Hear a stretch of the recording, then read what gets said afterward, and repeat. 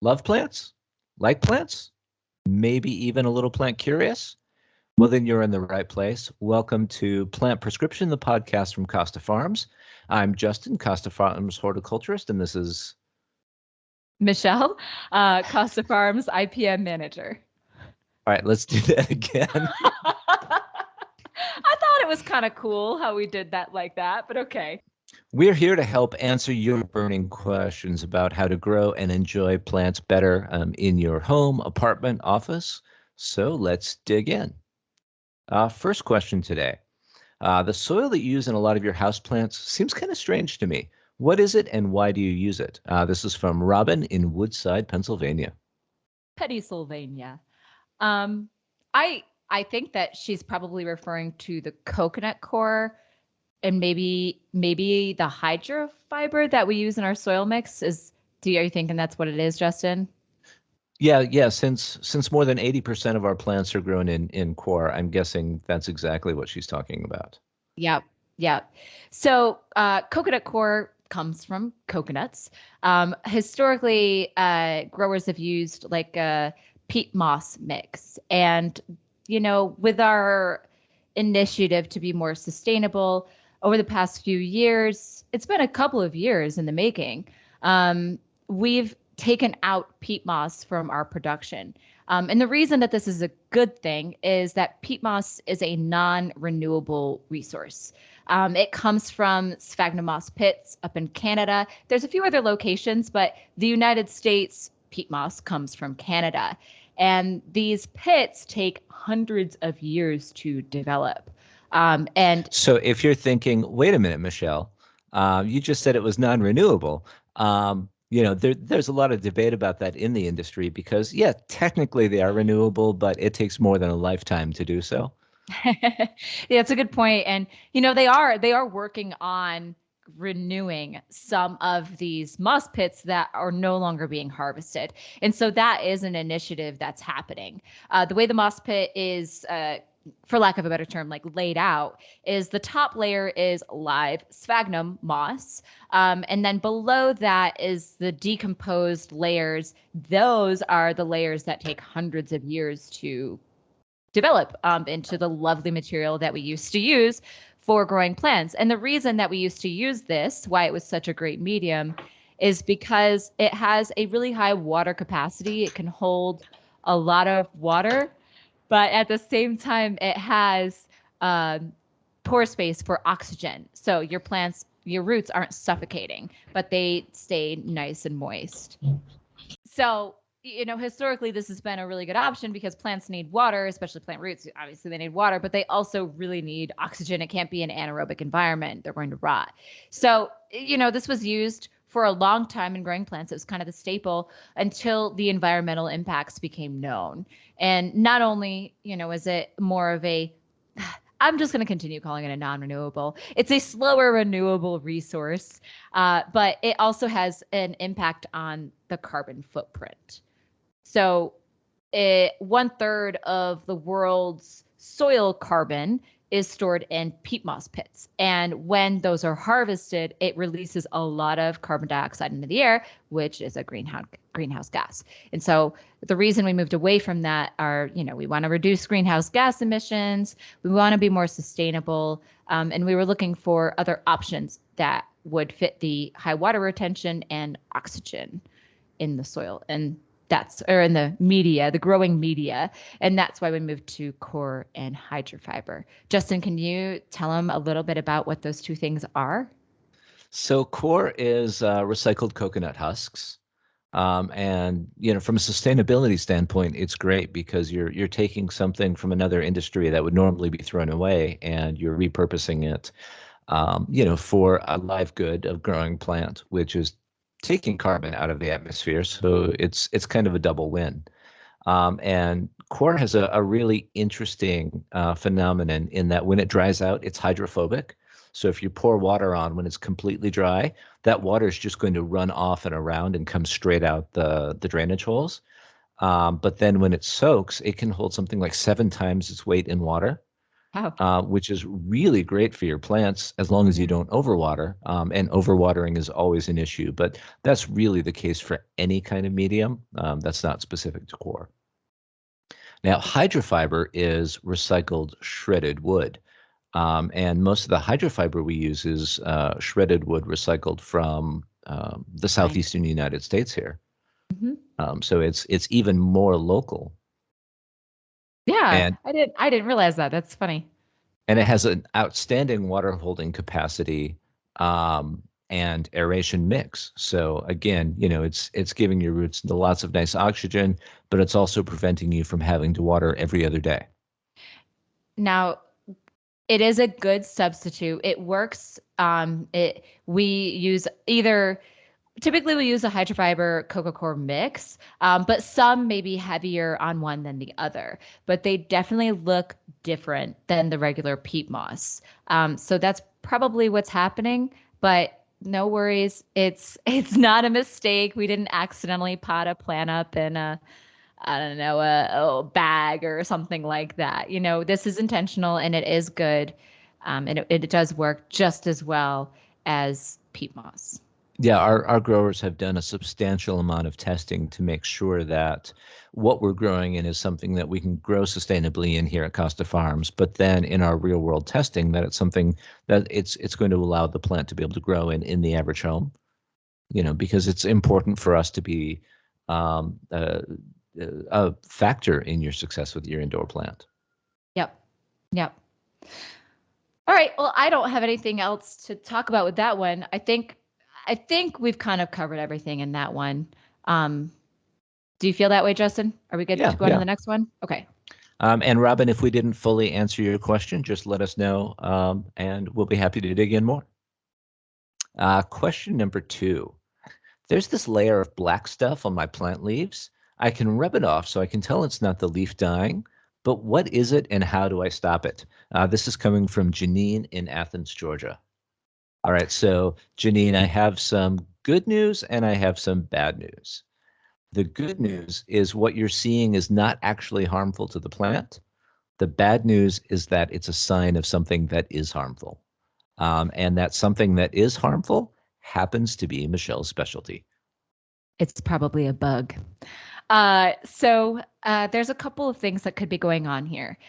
What you are seeing is likely honeydew, which, for lack of a better term, or just to simplify it, it's sugary poop.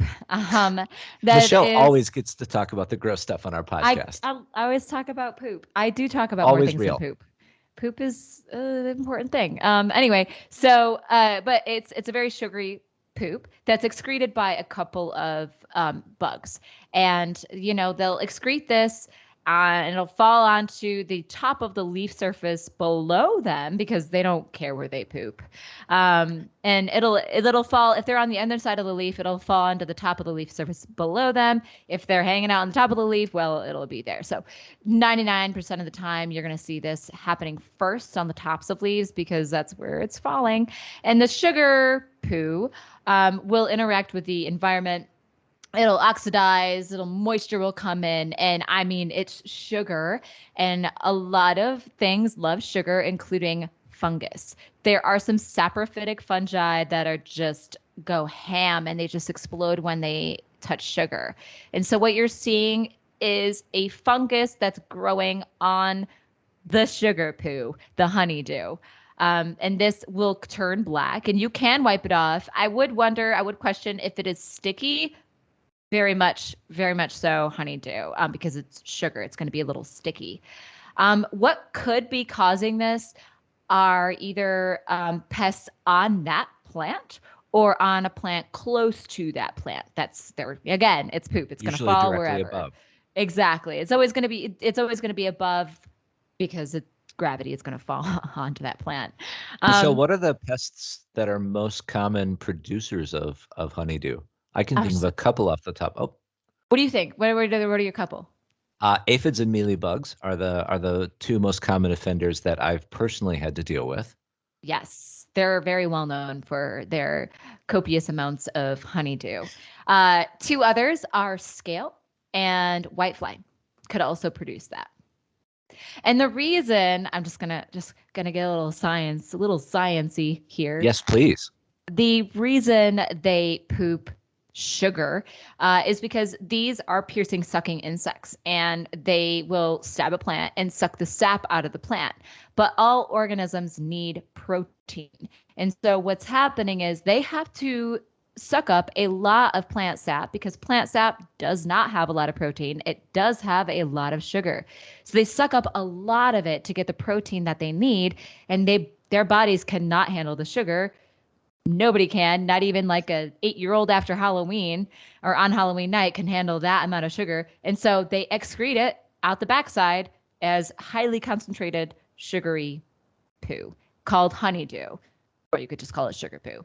And that's why it comes out extra sugary. I know honeydew is not that silent. It's not like that fancy of a term. It's honeydew. I just like to say sugar poo. I don't know what it is. Also, isn't They rhyme. honeydew a fruit? Isn't honeydew a Honey, fruit? yeah, honeydew is a type of melon. Yeah, it feels So I don't know. wrong for You may me be ruining honeydew melons for all of our listeners now. Forever, they're going to be associating their melons with sugary poo. with pest poo. Well, you're welcome. Um, it's just hard for me to say, even though I know it's like a simple term. I associate it with food. You're welcome, everybody. All right. So if you see the sooty mold on your leaf, take a look at either that plant or plants around it for pests. The only way to deal with the sooty mold problem is to eliminate the pests, because otherwise they're going to keep producing the droppings, and then the mold will keep growing on the droppings. So, washing your plant off will help with the sooty mold problem now, but it won't prevent it from coming back. I am curious though, because if you're getting that amount of honeydew on your plants, there is probably a higher population of bugs on or near that plant. And I mean, aside from causing a mold and fungus, it'll also attract an ants because ants love sugar. And a lot of people have seen the photos of ants farming aphids, and they'll just go right up to them and they'll just eat their poo as it comes out of their butts. It's science, it's biology, it's weird. But if you see ants on there, maybe if you can't find the bugs, maybe if you can find some ants, follow them because they'll lead you to it. I'm going to make a really sad confession here. And I'm only doing this in case anybody else has experienced this, if it makes you feel better so that you're not alone. Back when I lived in Iowa and I was overwintering all my tropicals, I once had a hibiscus that I didn't notice brought in some aphids. And it was like in the far side of my living room. There's a really big window by it, but like it wasn't near my furniture. It was just kind of by itself over there. And I didn't pay a lot of attention to it except for when I watered. And at some point, I noticed that my hardwood floors were sticky. And the aphid explosion, the aphid population had exploded so much that it was basically raining honeydew onto my floor, and I had to do a lot of scrubbing to pick up the sticky. So yes, sticky sugary substances point to insects. And IPM and my line of work, we call that an aphid-geddon. That's really a lot. Yeah. Yeah. That's really a lot like what it was. Maybe one day we'll get Happily, into it. Go ahead. Yeah. Happily, I was able to save the hibiscus.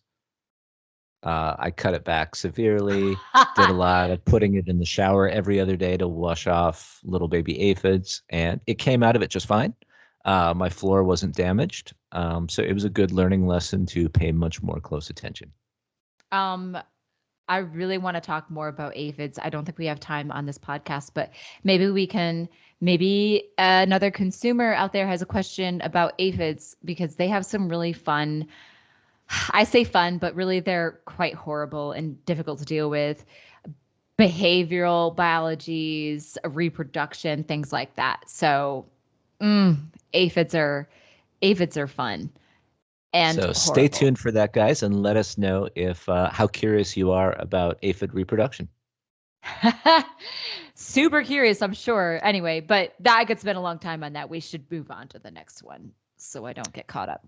All right. And our third question today is from Joey in Buffalo, Wyoming. Joey says, hey, does bright light mean the same thing as direct sun through my windows for my houseplants? Unfortunately, plant tags don't seem to give me a lot of information. And Joey, you are absolutely right. One of the kind of pet peeves that I have about the houseplant world is that all the space that we have is this little tiny plant tag. And it's just not enough for us as a horticultural company to be able to give you the information you need. Yeah. Yeah. You know, a couple of plant tags I've seen, when I see something that says sun, for me, that's an indicator that means direct light. But when I see bright light, for me, that means indirect bright light, AKA, As a yeah. Oh, sorry. As a cheat sheet, here at Costa, at least, when we say like high, medium, low, or bright light, that always refers to indoor. And when we're talking about sunshade or part shade, that always refers to outdoor. Yes. Yep. But I mean, I don't know many houseplants aside from maybe, like cacti and succulents that would really like direct sun. So I would always err on the side of caution and do indirect light. Basically, like put if it's a bright direct sunbeams, maybe place it a foot or two away from where the sunbeams land, or maybe put a like a curtain, or what is the word I'm looking for? Like not curtain, but Yeah, like a sheer a sheer curtain. curtain. Yes, something like that over it. Um, it is really kind of tricky to like find the perfect spot in your home. So you may have to move the plants around a couple of times, but if you put a plant in light that's too bright, pay attention because the leaves are going to start showing that sunburn or the brown edges. And if it's too low of light, your plant will probably start stretching a little bit. That means like it's leggy. It's got like a long stem and a lot of space between leaves, depending on the plant. Um, and it could also take on like a lighter yellow color or like a light green color if it's too low of light. Absolutely. Um, one of the things that's tricky about light is that it's highly situational too. Mhm. Up there in Wyoming, your sun is nearly as intense as Michelle's down in South Carolina. So you might find that some houseplants can do fine with some direct light through your windows that she wouldn't be able to put in her window, that receives the same amount of sun because the intensity of the sun is different. So there's not really a one size fits all answer. And that's why we tend to hedge and say, well, it's best to keep your plants out of direct light because, if you live in a northern area, it could be fine for you. But if you live in a southern area, then it wouldn't be fine for you. I would say that if they're going to get direct sun, I would recommend trying to, if you have the option, give it morning sun before you jump right into afternoon sun, because the afternoon sun tends to be hotter, more intense, and that's the kind of sun and light that can burn plants if they're not accustomed to it. The morning sun, yeah, it's sun, but it's not as It's softer. strong. Yeah, Yeah. it's softer. Yeah. So maybe try that too, if you have the option. Hope that helps, Joey. Yeah. It's a struggle though. I'm always moving plants around. All right, let's move on to the next part of our segment, plant myth busting. Hmm. So one that I see a lot on social media is that people say you should repot your house plant right away when you bring it home from the store. Michelle, why do you feel like that's a myth? Well, there's no need. We're not selling plants that are like busting out of pots. We're selling plants that, okay, there's an exception. House plants, yeah, they can stay in that pot for a while. It's actually it's good to let them acclimate to your environment because they're coming from South Florida most of the time. And It's a humid environment. You don't know what conditions they're grown under. It could be shade, could be sun, could be different levels of shade, and regardless, your house is not going to be the same environment as Southern Florida. And so it's always a good idea to let them acclimate to their new environment. Exception being, this question, it said houseplant, right? Yes. Oh, okay. Well, then I would recommend letting it acclimate. But if it's an annual or something that needs to grow in the ground, then yes, you don't want to keep that in the pot too much longer, because those are grown ready to be planted if it's a bedding plant, not if it's like a patio container plant, but bedding plants, they need to get those in the ground. House plants, though, I think it's a good idea to let them acclimate. Absolutely, especially if you buy them online, because there's an extra amount of kind of stress and plant chaos if it's put in a box and shipped across the country before you get it, versus being in a store for a while before you get it. Yeah, you don't know what happens on the way over there. So always best to let your plant settle before you repot. Yep. If you have a fancy pot you want to put it into, just do what you want to do, but know that you don't need to repot it immediately. Most of the time, it's Exactly. good to give it a little break. But if you were just so excited to get it into this new pot that you bought just for this one plant, no one's going to stop you. It's okay. It's fine. Do what you need to do to make yourself happy, but you don't need to. All right. Do you have a plant update for us today, Michelle? I don't. I honestly, I'm a bad plant mom. I haven't really looked at them too much recently. I'm sure there's an update. I just need to look at them. Do you have a plant update? Yes, I do. What is it? So I have a variegated Epiprenum pinnatum from you, actually, I in was my gonna say I greenhouse. gave you that. I'm pretty sure. Nice. It's still Yes, you alive. did. First of all, awesome. It's still alive. Good news. What's the even better news? So it is still alive. I've kind of trained it up the trunk of my old Ficus lyrata, and now the leaves are getting to the point where they are fenestrating. And Oh, so, it has the dramatic deep cuts in it, and it feels suddenly much, much more tropical than it did a couple of weeks ago, or at least the new growth does. it graduated. When plants do that, like when the deliciosas get their first fenestrations and the epiprenums, I'm like, oh, you graduated into like, I don't know what I would call it, adulthood. Oh, that's so cute. And I've noticed with the epiprenum pinnatum variegata, when they start fenestrating, I have seen some oddly shaped leaves come out of those. It's not as cut cookie cutter as the Monstera No, deliciosas. definitely not. They're Which is kind weird. of Some of them fun, are. and yeah, Yeah, because you never know. It's either gonna be like super skinny and kind of look like a skeleton key look, or it'll just be giant with one giant lobe, or maybe you'll get two lobes, or maybe it'll look like a tetrasperma. They're fun. I'm so happy that it's doing well and it's fenestrating for you. That's awesome.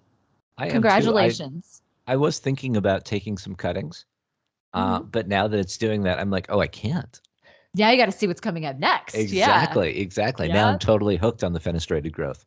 Yeah. It's hard to, because when you cut it, it takes a while to bounce back.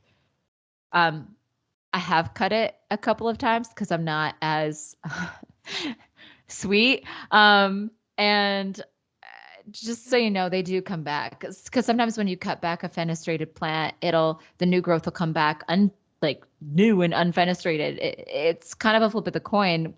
I can't quite put my finger on why some plants do that. This one does not. This one comes back immediately right where you left off.